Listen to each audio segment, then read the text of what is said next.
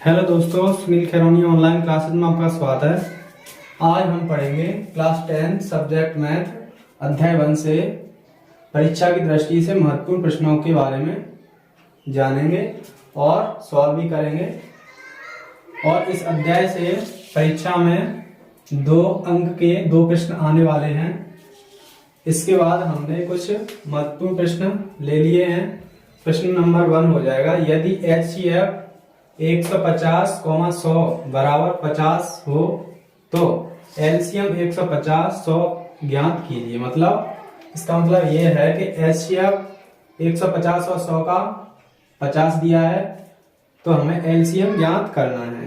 तो इसको बारी बारी से सभी प्रश्नों को हल करेंगे और ये परीक्षा में आने वाले प्रश्न हैं, ज्यादातर से आते हैं और आने की संभावना है। तो आइए इसको हल करते हैं। हल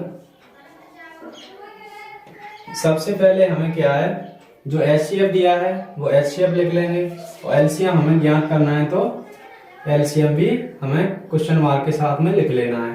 तो यहाँ पे लिखेंगे हल दिया है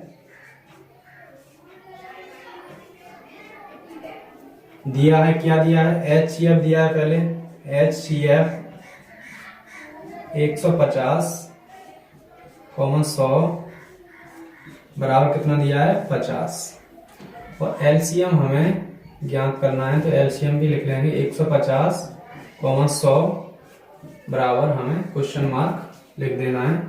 अब इसके बाद इसको सॉल्व करने के लिए हमें एक छोटा सा सूत्र लिखना पड़ेगा। ये होता है सूत्र, लिख लेंगे यहाँ पे सूत्र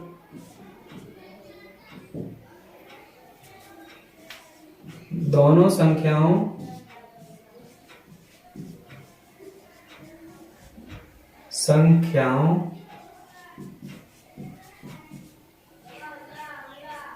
का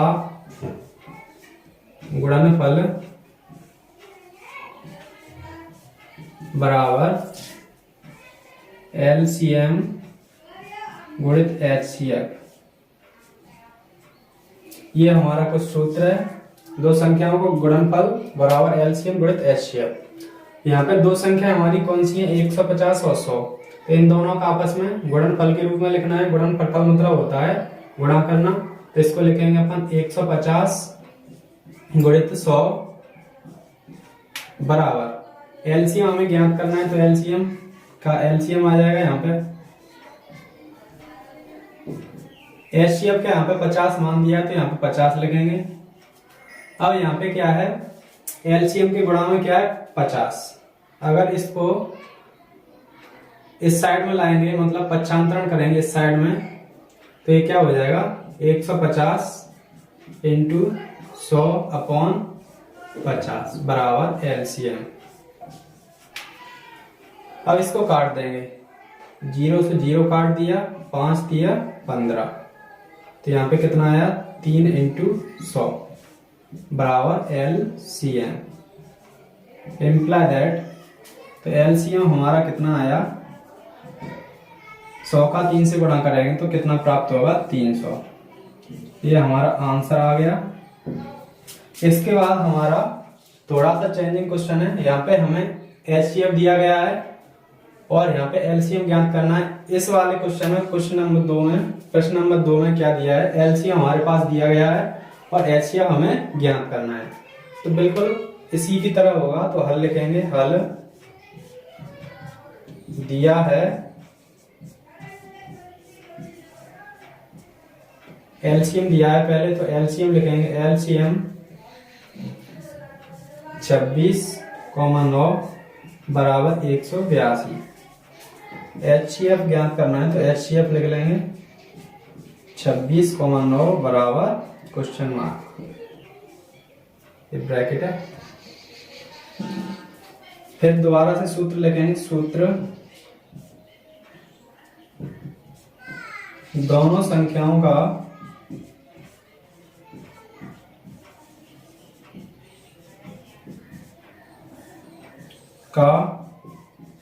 गुणनफल बराबर एलसीएम गुणित HCF। इसको चाहे ऐसे लिख सकते हैं गुणा में, तो एलसीएम को भी पहले लिख सकते हैं या एचसीएफ को भी पहले लिख सकते हैं, ऐसी कोई बात नहीं है कि पहले कौन सी संख्या लिखनी है। इसके बाद दोनों संख्या हमारी 26 और 51 हो जाएंगी। तो आइए लिखते हैं इसको, 26 गुणित 91, ये दोनों संख्याओं का गुणनफल हो गया, बराबर एलसीएम हमारा 182 दिया है, 182 आ गया, गुणित एचसीएफ हमें ज्ञात करना है, तो एचसीएफ ऐसा कैसे आ जाएगा। इसके बाद हमारी 182 क्या है, इसके भाग में आ जाएगी, 26 51 इंटू अपॉन में 182 आ जाएगी, बराबर एचसीएफ। इसको काटेंगे 2 से, 2 एकम 2, 2 3 6, 13 बार कट गया।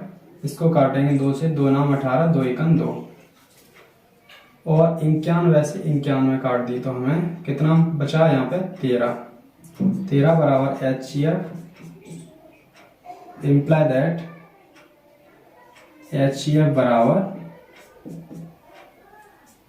13। ये इसका कुछ आंसर हो जाएगा।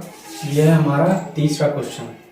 ये भी हमारे क्वेश्चन नंबर पहले के जैसे दिया गया है, एचसीएफ 306,657 बराबर 9 हो तो एलसीएम ज्ञात कीजिए। ठीक है, तो इसमें क्या है, हमें एलसीएम ज्ञात करना है, बिल्कुल प्रश्न नंबर 1 के जैसे होगा।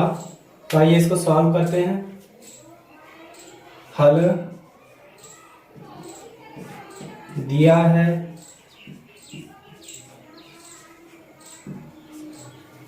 है, एचसीएफ 306,657 बराबर 9, एलसीएम 306,657 बराबर हमें ज्ञात करना है। इसके बाद सूत्र लिखेंगे, बार बार सूत्र डालने की कोई जरूरत नहीं है, पर फिर भी डाल लेते हैं।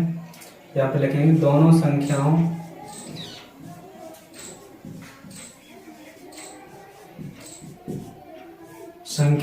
का गुणनफल बराबर एलसीएम गुणित एचसीएफ। हमारी दोनों संख्या कौन सी हो जाएंगी, 306 और 657।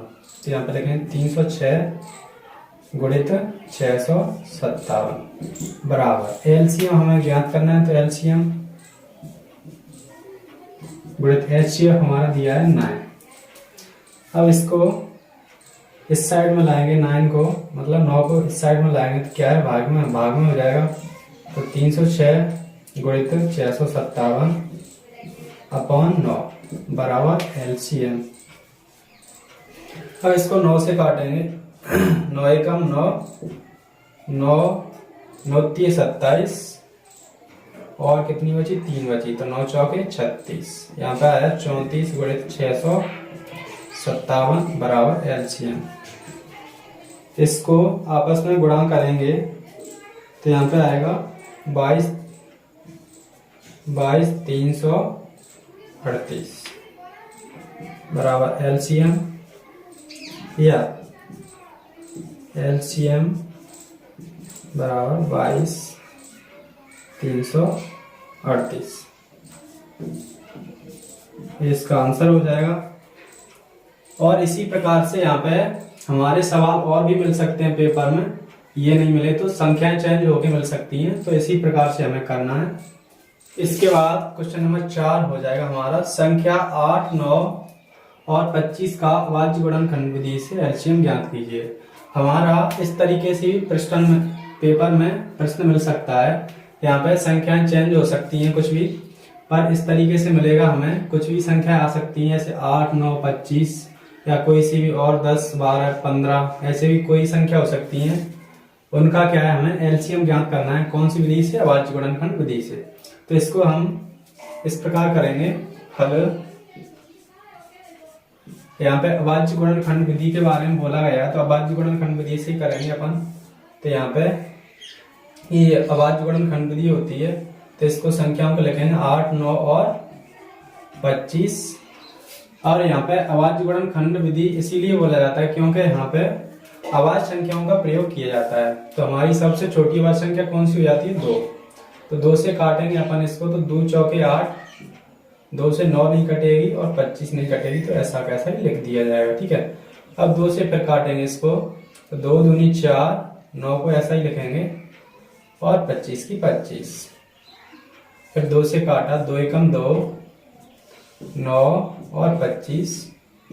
अब इसको 3 से काटेंगे क्योंकि 2 के बाद 3 अभाज्य संख्या होती है, तो 3 से काटेंगे तो 1 और 3 त्रिके 9 और 25 आ जाएगी।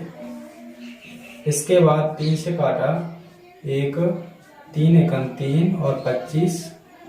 अब हमारी 25 क्या 5 से कटेगी, तो 5 से काटेंगे तो 1 और 1 और यहाँ पे हो जाएगी 5 25।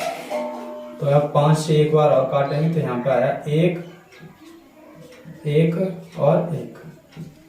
इसके बाद हमें इसके गुणनखंड लिख लेंगे, तो हो जाएगा 2 गुणित 2 गुणित 2 गुणित 3 गुणित 3 गुणित 5 गुणित 5। अब इनका क्या है, आपस में गुणा करके हमें जो मान प्राप्त होगा वो क्या होगा, हमारा एलसीएम होगा। तो एलसीएम कितना प्राप्त हुआ, 5 25, 25 थी 75, 75 थी 225, 225 दूनी 450, 450 दूनी 900, 900 दूनी 1800। इसका आंसर हो जाएगा 1800। इसी प्रकार हमें परीक्षा में और भी कुछ प्रश्न मिल सकते हैं, इनको संख्याओं को चेंज करके। और अगला क्वेश्चन 5 वाला हमारा यह है, संख्या 140 को अभाज्य गुणनखंडों के रूप में व्यक्त कीजिए। ये भी हमारे सवाल संख्या चेंज होकर आ सकती है, 140 यहाँ पे 100 आ सकती है, 120 आ सकती है, कोई सी भी संख्या आ सकती है। तो हमें क्या है, यहाँ पे अभाज्य गुणनखंडों के रूप में व्यक्त करने के लिए बोला जाएगा। तो इसके हम अभाज्य गुणनखंड करेंगे अभाज्य गुणनखंड विधि से। तो आइए हल करते हैं। हल यहाँ पे इसके अभाज्य गुणनखंड विधि से गुणनखंड करेंगे तो 140, 2 से काटा, 2 7 14, 0 की 0, 2 से काटेंगे, 2 दूनी 4, 2 तिये 6, 1 बची 10 होगी, 2 पंजे 10। अब इसको 5 से काटेंगे, 5 सते 35, 7 से काटा 1। तो इसके अभाज्य गुणनखंड कितने आए, यहाँ पे लिखेंगे 140 बराबर 2 गुणित 2 गुणित 5 गुणित 7। 140 बराबर यहाँ पे 2 गुणित 2 2 बार दिया है, 2 पे घात 2 लिख देंगे इसको। 5 एक बार दिया है तो 5 पे घात 1 और 7 पे घात 1। इसके कुछ इस प्रकार गुणनखंड हो जाएंगे। ये हमारा 5वां क्वेश्चन सॉल्व हुआ। इसके बाद और भी संख्याएं हमें यहाँ पे दी जा सकती हैं, इसको भी हम इसी प्रकार करेंगे सभी प्रश्नों को। इसके बाद हमारा प्रश्न नंबर 6, संख्या 156 को अभाज्य गुणनखंडों के रूप में व्यक्त कीजिए। ये बिल्कुल हमारा प्रश्न नंबर 5 के जैसा है, उसी तरीके से सॉल्व करना है। इसी प्रकार बिल्कुल प्रश्न नंबर 7 है, संख्या 3825 को अभाज्य गुणनखंडों के रूप में व्यक्त कीजिए। तो आइए इसको तो आपको करना है प्रश्न नंबर 5 की तरह, और प्रश्न नंबर 7 को हम यहाँ पे चलिए सॉल्व करते हैं। हल डाल लिया और इसको हम अभाज्य गुणनखंडों के रूप में व्यक्त करने के लिए अभाज्य गुणनखंड विधि में लिख लेंगे। ये हमने लिख लिया है। इसको हम 2 से काटेंगे, तो 2 से नहीं कटेगी हमारी, क्योंकि यहाँ पर लास्ट में क्या है 5 संख्या दी है, तो इसको क्या है हम 3 से काटेंगे। तो 3 से काटेंगे तो यहाँ पे 3 लिख लिया हमने, 3 से काटा, 3 एकम 3, 3 दूनी 6, कितना बचा 2 बचा, तो हो गया 22, तो 3 7 21, 1 बचा तो 15 हो गया, 3 5 15। 3 से फिर काटेंगे इसको, तो 3 चौके 12 और 7 को काटा तो 3 दूनी 6, 1 बचा, 3 5 15। अब क्या है, इसको 3 से काट के देखते हैं कटती है या नहीं। तो 3 एकम 3 और 3 चौक 12, तो 5 नहीं कटेगी, तो इसको क्या है हम 5 से काटेंगे फिर।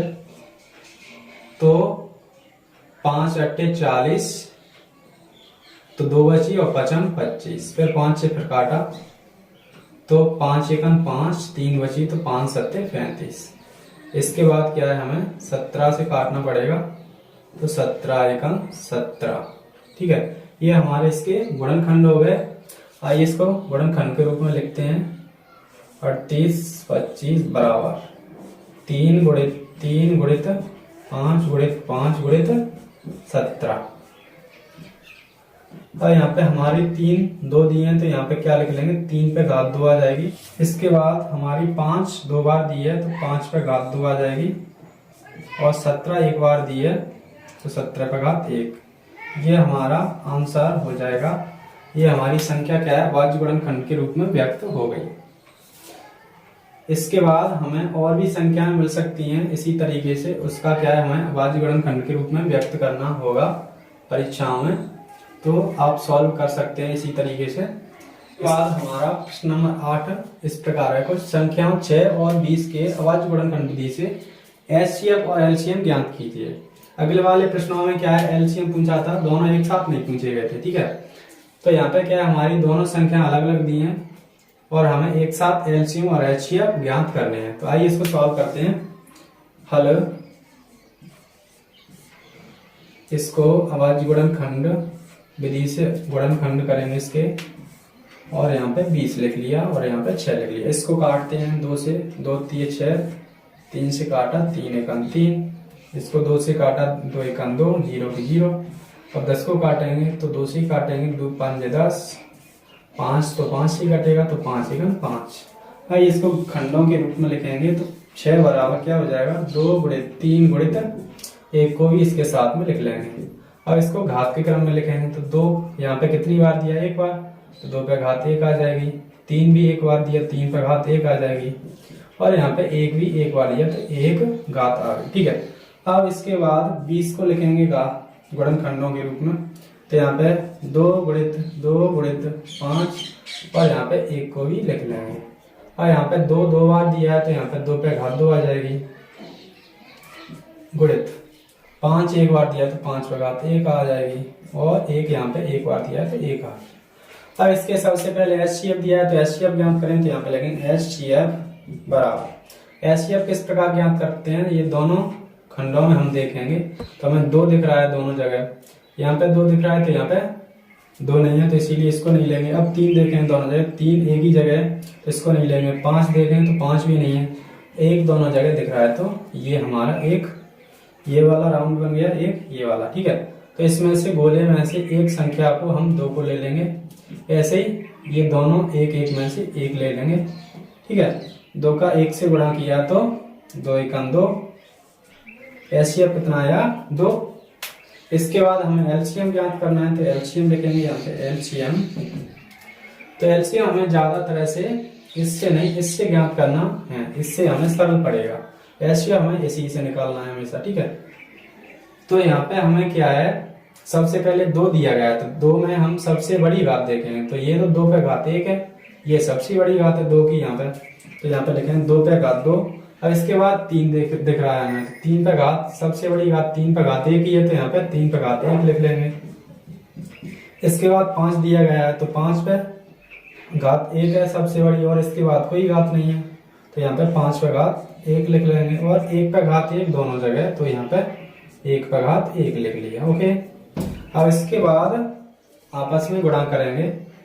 पहले क्या है गुणा बाद में करेंगे, पहले इसको घात को हटाएंगे, तो 2 पे घात 2 दिया, 2 गुणित 2, और 3 पे घात 1 दिया तो 3, 5 पे घात 1 दिया तो 5 एक बार लिखेंगे, और 1 पे घात 1 दिया तो 1 बार 1 लिख लिया। अब इसका आपस में गुणा करेंगे, 5 एकम 5, 5 दिए 15, 15 दूनी 30, 30 दूनी 60, तो इसका एलसीएम आ गया 60। यह हमारा आंसर हो जाएगा एलसीएम। इसी प्रकार से और भी हमें सवाल मिलने वाले हैं, 3 संख्याओं का मिल सकता है, ऐसे यहाँ पे 2 संख्या दी है। ठीक है, और भी इस संख्याओं की जगह और भी चेंजिंग हो सकती है, मतलब संख्याएं। तो इस तरीके के कुछ सवाल मिलने वाले हैं परीक्षाओं में, तो प्रैक्टिस कर सकते हो आप इस तरीके से। इसके बाद हमारा प्रश्न नंबर 9 दिया गया है। संख्या 6, 72 और 120 के अभाज्य गुणनखंड विधि से एचसीएफ और एलसीएम ज्ञात कीजिए। इसको भी हमें बिल्कुल प्रश्न नंबर 8 के जैसे सॉल्व करना है। तो आइए इनके गुणनखंड करते हैं। तो यहाँ पे 6 लिख लेंगे, यहाँ पे 72, तो यहाँ पे 120 लिख लिया। इसको 2 से काटते हैं, खंड करेंगे इसके। 2 से काटा, 2 3 6, 3 से काटेंगे, 3 1 3, ये इसके हो गए। अब इसको सॉल्व करेंगे तो 2 से काटा, 2 3 6, 1 बचा, 2 छकी 12, 2 से फिर काटा, 2 1 2, 1 बचा, ये 16 हो गए, 2 8 16, 2 से फिर काटेंगे तो 2 9 18। अब ये 2 से नहीं कटेगा तो 3 से काटेंगे, 3 तरह के 9, फिर 3 से एक बार और काटेंगे, 3 1 3, ये सॉल्व हो गया। इसके बाद हमें 120 के खंड करने हैं। तो 2 छकी 12, 0 की 0, 2 से फिर काटा, 2 3 6, 0 की 0, 2 से फिर काटेंगे, 2 1 2, 1 बचा, 10 हो गया, 2 5 10। अब इसको क्या है, हम 3 से काटेंगे क्योंकि 2 से तो कटने वाला नहीं है। 3 से काटेंगे तो 3 5 15। अब 5 क्या है हमारा, 5 से कटेगा तो 5 1 5। ओके, इसके बाद हमें क्या करना है, खंडों के रूप में लिखना है। तो 6 बराबर हो जाएगा 2 × 3 × 1। इसके बाद हमें घात के क्रम में लिखना है। 2 पे घात 1 × 3 पे घात 1 × 1 पे घात 1। अब 72, तो ये हो जाएगा 2 × 2 × 2 × 3 × 3 और गुणित 1। यहाँ पे हमारी 2 3 बार दिया है तो यहाँ पे हो जाएगी घात के क्रम में 2 पे घात 3, 3 पे घात 2 और 1 पे घात 1। इसके बाद हमारी 120 दी है। 120 बराबर लिखेंगे गुणनखंड 2 × 2 × 2 × 3 × 5। यहाँ पे 2 हमारी 3 बार दी है तो 2 पे घात 3 × 5, 5 नहीं 3, 3 पे घात 1 × 5 पे घात 1।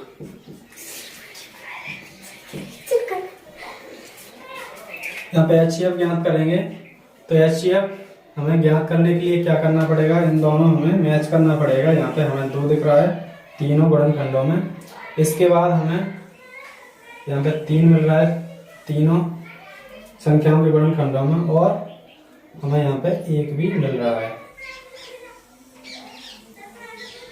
ठीक है, इसके बाद हमें ये हमें मिल रहा है, इसमें से हमें 2 लिख ले लेना है, इसमें से हमें 3 लिखेंगे, और यहाँ पे 1 में से 1 वाले गोले में से भी 1 को लिख लेना है। ठीक है, इसके बाद हमें गुणा करना है। तो 3 का 1 से गुणा कीजिए, 3 1 3, 3 का 2 से करें, 3 2 6। इसके बाद हमें एलसीएम ज्ञात करना है। एलसीएम, तो एलसीएम ज्ञात करने के लिए हमें क्या है, यहाँ पे तीनों जगह पे 2 2 दिया है।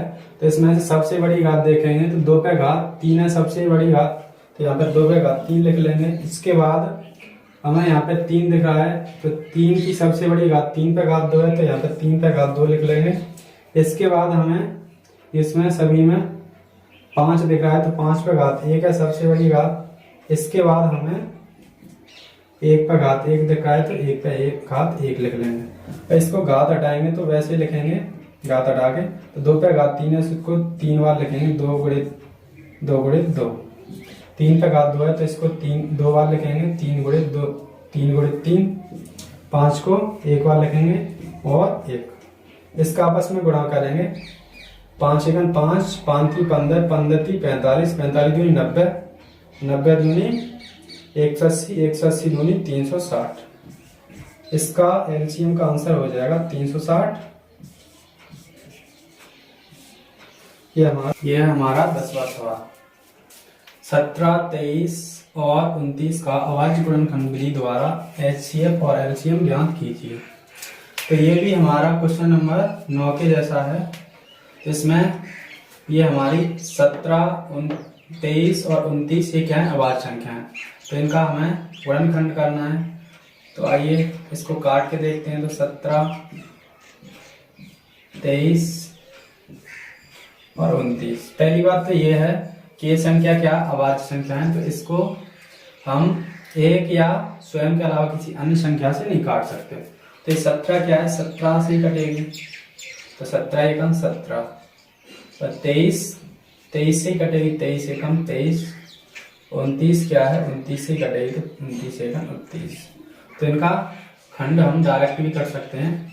तो यहाँ पे हम लिखेंगे 17 बराबर 17 इंटू 1, घात के क्रम में लिखेंगे तो 17 का घात 1 इंटू 1 का घात 1। यहाँ पे लिखेंगे 23 बराबर 23 इंटू 1 बराबर 23 पे घात 1 इंटू 1 पे घात 1।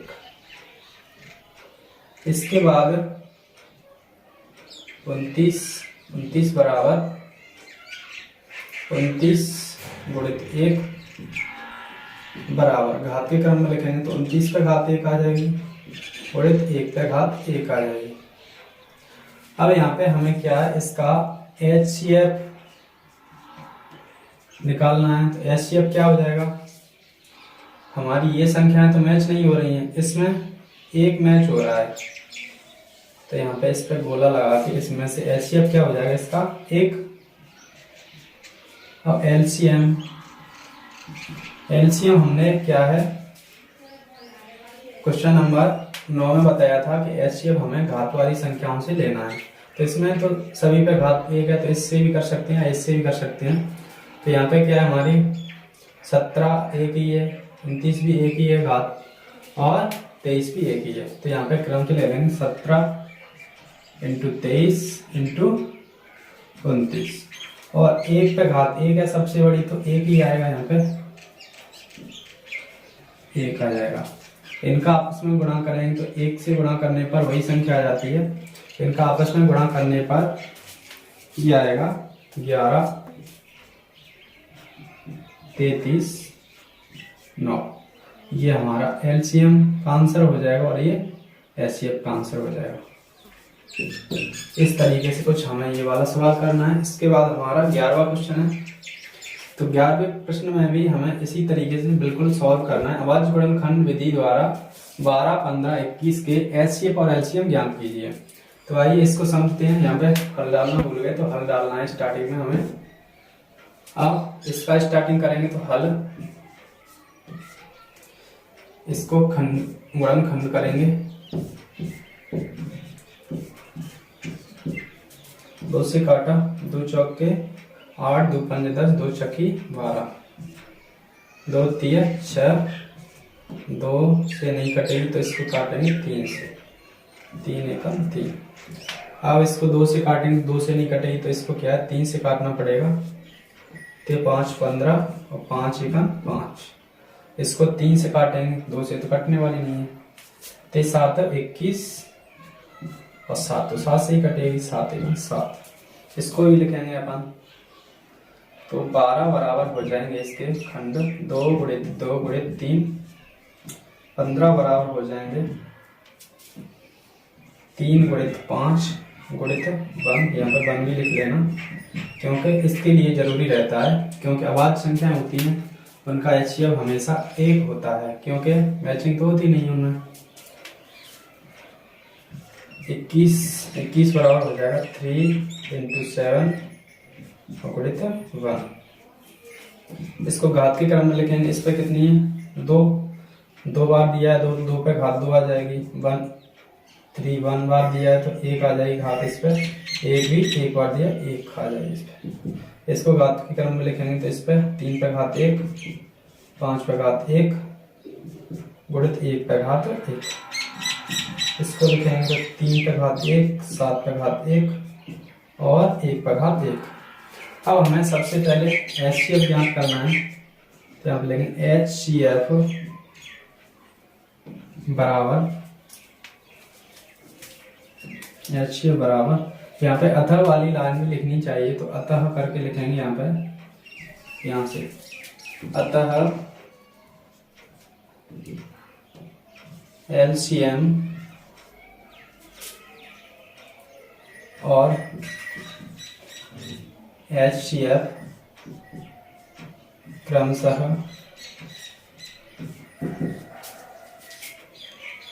एलसीएम पहले दिया है तो एलसीएम लिखेंगे 11, 33, 9 और एचसीएफ बाद में दिया है तो एचसीएफ 1 होगा। अतः करके लिखना जरूरी है क्योंकि इससे हमें सही नंबर मिलते हैं, पूरे नंबर। इसका एचसीएफ निकालेंगे तो एचसीएफ हमेशा हम इससे निकालना सिखाया, तो मैचिंग करेंगे क्या मैच हो रहा है। तो इसमें हमारी क्या है, 2 इसमें ही दी है, 2 इनमें नहीं, तो यहाँ पे 3 मैच हो रहा है हमारा, 3 और 1 दूसरा नंबर पे 1 हो रहा है। ठीक है, तो इसका एचसीएफ का आंसर हो जाएगा, इसमें से 3 आ जाएगा और इसमें से 1 आ जाएगा, ये वाला 1। तो 3 का 1 से गुणा किया तो 3 एकम 3। अब एलसीएम हमें घात वाली संख्याओं से निकालना है। तो इसमें पहले 2 दिया है तो 2 की सबसे बड़ी घात हमारी 2 की घात 2 ही है, तो इसमें से 2 की घात 2 लिया। अब 3 पे घात 1 है और यहाँ पे सभी में 3 पे घात 1 है, तो सबसे बड़ी घात क्या है, 3 पे घात 1, तो यहाँ पे 3 पे घात 1 आएगी। उसके बाद 5 दिया तो 5 में सबसे बड़ी घात देखेंगे 1 है, और 7 दिया तो 7 में सबसे बड़ी घात 1 है, और 1 दिया है तो सभी में 1 पे घात 1 है, तो एक बात 1 आएगी। इसके बाद हम घात को हटा के लिखेंगे तो 2 बार दिया है, 2 गुणित 2 इंटू 3 आ जाएगा, इंटू 5 आएगा, इंटू 7 इंटू 1। 7 का 1 से गुणा करें 7 एकम 7, 7 का 5 से किया 5 से तो 35, 35 का 3 से करें 35 दिया 105, 105 का 2 से किया 105 दूनी 210, 210 का 2 से किया करेंगे 210 दूनी 420। इसका आंसर हो जाएगा 420। और एलसीएम हमने पहले से लिख लिया था, यहाँ पे एलसीएम 3 दिया है और एलसीएम हो जाएगा हमारा 420। यह है हमारा 12वां प्रश्न। 96 और 404 का अभाज्य गुणनखंड विधि द्वारा एचसीएफ और एलसीएम ज्ञात कीजिए। ये वाला प्रश्न 10 और 11वें प्रश्न के जैसे ही है। उस वाले प्रश्नों में 3 संख्या दी थी और ये वाले प्रश्नों में 2 संख्या दी है, तो ये आपको सॉल्व करना है। इसके बाद है हमारा प्रश्न नंबर 13, सिद्ध कीजिए कि √3 एक अपरमेय संख्या है। तो अपरमेय संख्या सिद्ध करने के लिए हमें क्या करना है, इसका बिल्कुल उल्टा विपरीत मान लेना है हमें। तो यहाँ पे बोला गया है अपरमेय संख्या, तो हम क्या मानेंगे, यहाँ पे परमेय संख्या मान लेंगे। तो हल डाला यहाँ पे मानेंगे, माना √3 एक परमेय संख्या है। अब इसके बाद हमने √3 एक परमेय संख्या मान ली, तो परमेय संख्या को कैसे लिख सकते हैं अपन, परमेय संख्या को अपन क्या है a/b के रूप में लिख सकते हैं, क्योंकि परमेय संख्या क्या है, बटे के रूप में लिख सकते हैं।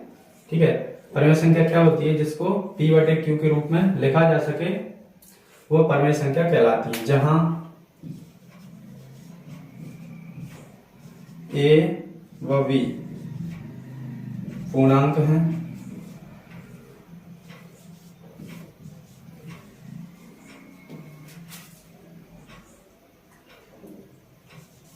q बराबर नहीं है 0 के, सॉरी b बराबर नहीं है 0 के, और a व b का कोई उभयनिष्ठ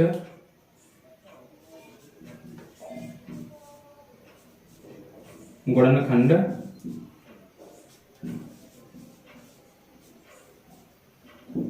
नहीं है। तो हमने इतना लिख लिया। इसके बाद हमें क्या करना है, दोनों पक्षों का वर्ग करना है। तो यहां पे लिखेंगे दोनों पक्षों का वर्ग करने पर, तो वर्ग करेंगे दोनों पक्षों का, इसका और इसका, तो क्या कर देंगे अपन, इस पे घात 2 लग जाएगी और a/b पर भी घात 2 लगेगी। तो वर्ग करने पर क्या है, अंडर वाली किसी भी संख्या का हम वर्ग करते हैं तो क्या है, अंडर हट जाता है, तो यहाँ पर आ जाएगा 3, और इसका वर्ग करेंगे तो हो जाएगा a² / b²। अब इसका क्या है, ये भाग में रखी है बी स्क्वायर, तो इसको इस साइड में लाएंगे तो क्या हो जाएगी, इंटू में आ जाएगी 3 के में बी स्क्वायर बराबर ए स्क्वायर। अब इससे हमें क्या सिद्ध हुआ, यह दर्शाता है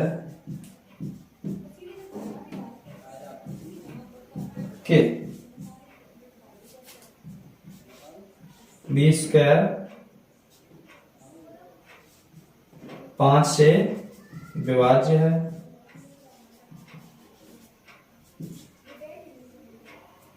सॉरी ए स्क्वायर 5 से विभाज्य है। जब ए स्क्वायर 5 से विभाज्य है तो क्या होगा, यहाँ पे ए भी 5 से विभाज्य होगी,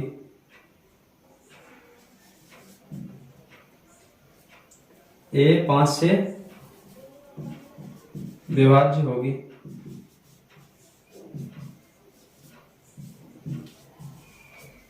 इसके बाद हमें ये करना है कि हमने ए को तो विभाज्य दर्शा दिए, अब इसकी बात है बी की वाली। तो बी को विभाज्य दर्शाने के लिए हमें क्या करना है, मानना पड़ेगा यहाँ पर, माना ए बराबर 3 के, जहां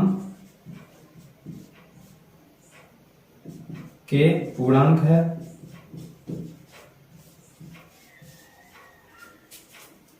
तो ए का मान क्या करेंगे अपन, इसको समीकरण नंबर 1 मान लेंगे। तो यहाँ पे समीकरण 1 से लिखेंगे,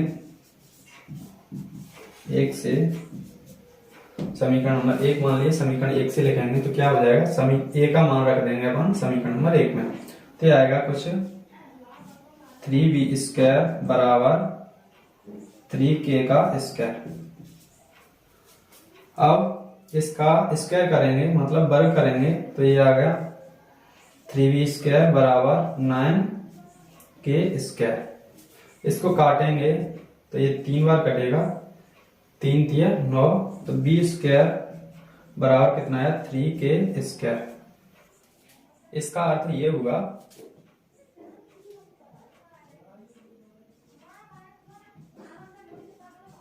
इसका अर्थ है कि बी स्क्वायर 3 से विभाज्य है,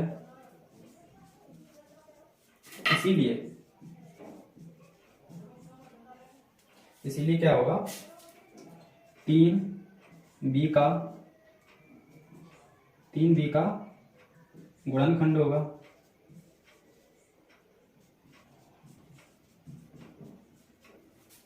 और यहां पर लिखते हैं, और क्या है, अतः ए व बी का उभयनिष्ठ गुणनखंड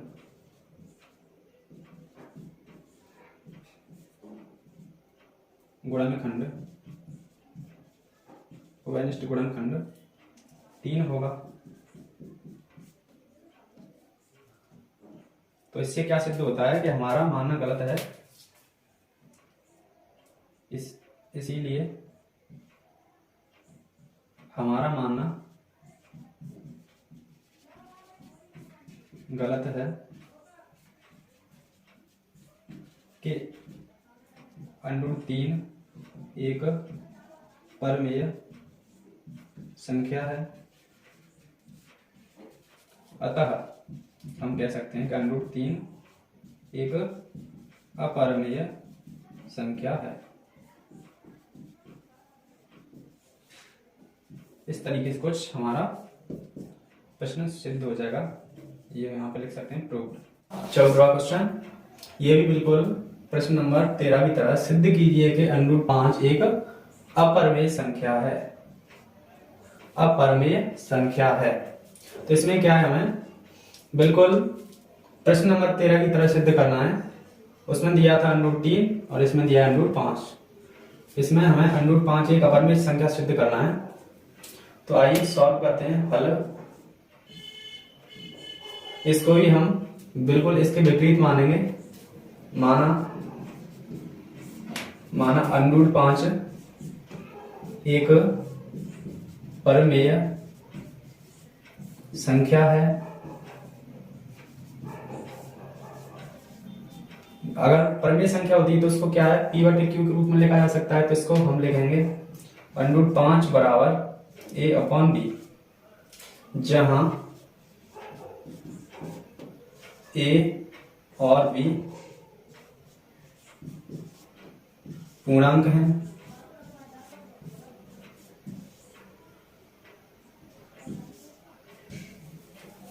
b बराबर नहीं होता है 0 के, और a व b का कोई उभयनिष्ठ गुणनखंड नहीं। इसके बाद हमें क्या करना है, दोनों पक्षों का वर्ग करना है। तो यहां पे लिखेंगे दोनों पक्षों का वर्ग करने पर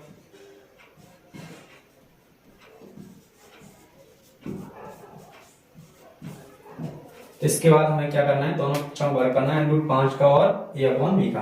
तो वर्ग करेंगे तो ये हो जाएगा 5 का वर्ग और ये हो जाएगा a अपॉन b का वर्ग।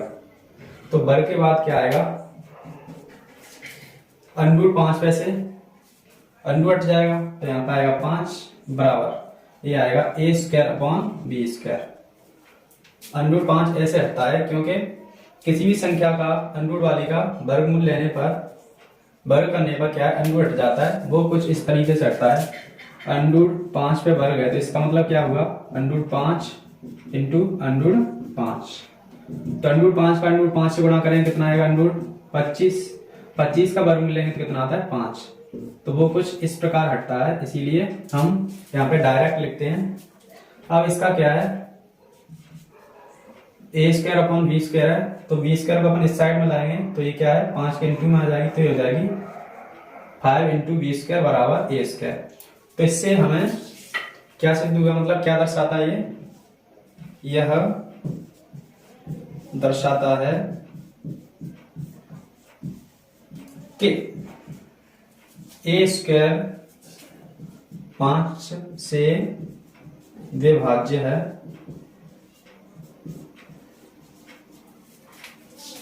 जब a² 5 से विभाज्य होगी, यानी कि मतलब इसको इस साइड में ले जाएंगे 5 को, तो क्या है भाग जाएगा।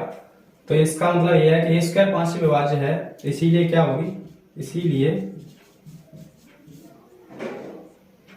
a भी 5 से विभाज्य होगी।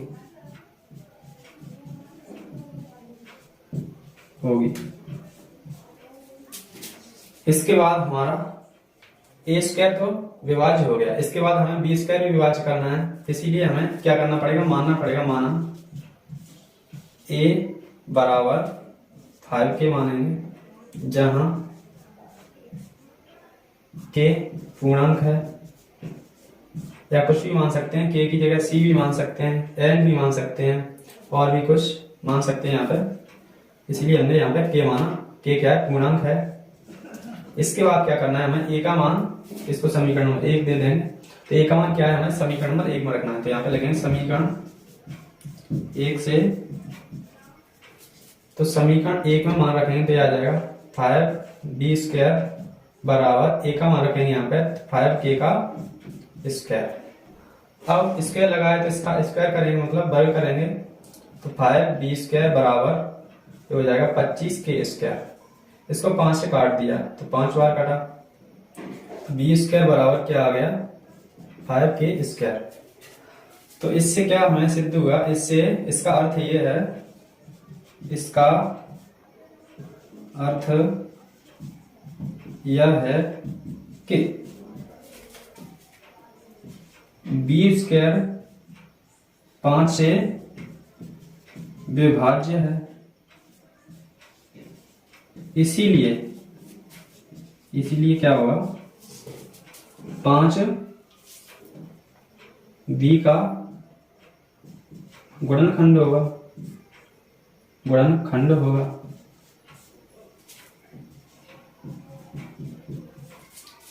अतः हम यहाँ पर लिख सकते हैं, अतः a व b का उभयनिष्ठ गुणनखंड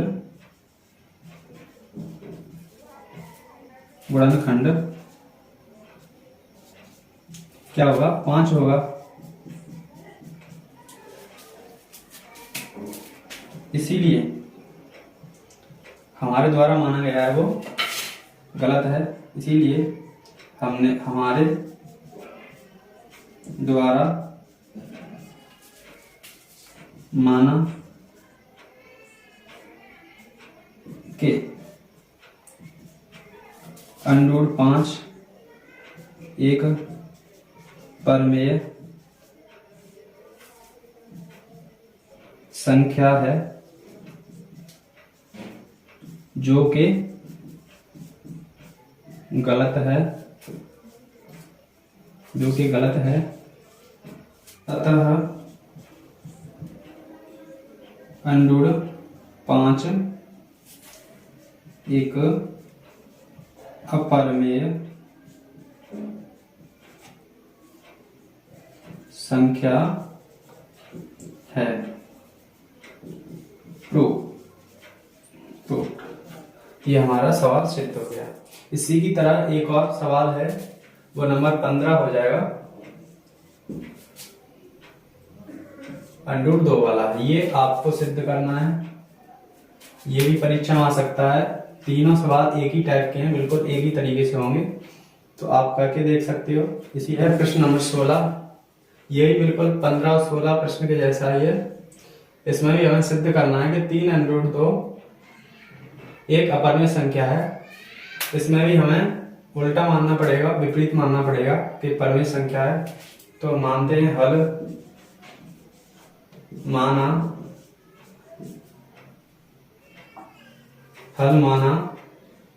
3√2 एक परमेय संख्या है।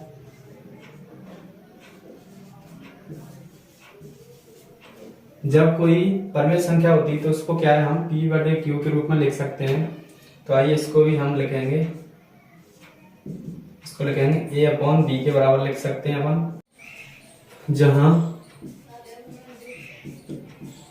A, B, A व B पूर्णांक हैं, B बराबर नहीं है 0 के। इसके बाद क्या करना है, हमें 3 को B की साइड में ले जाना है। यहाँ पे इनटू में रखी तो इस साइड में ले जाएंगे तो भाग में पहुंच जाएगी। तो ये हो जाएगा 2 बराबर A/3B। इससे हमें क्या मालूम चला, क्योंकि 3A व B का पूर्णांक है। जब 3A और B का पूर्णांक होगा तो क्या होगा, इसीलिए A/3B एक परमेय संख्या होगी,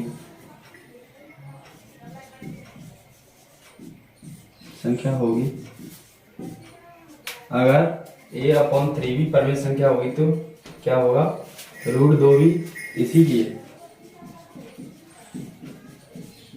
√2 एक परमेय संख्या होगी।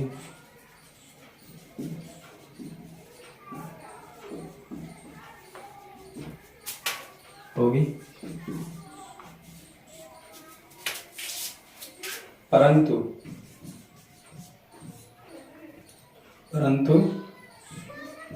√2 एक अपरमेय संख्या है,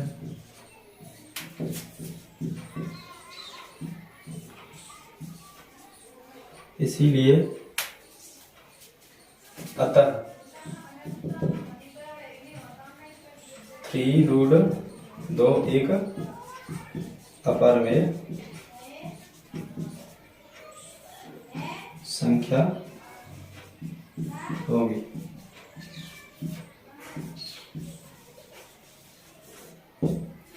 इसके बाद प्रश्न नंबर 17, भी बिल्कुल प्रश्न नंबर 16 की तरह है, इसमें थोड़ी सी चेंजिंग है। 3 की जगह पर 7 कर दिया है, ये आपको करना है, बिल्कुल उसी की तरह करना है, थोड़ी सी चेंजिंग करनी है, संख्या में चेंजिंग है।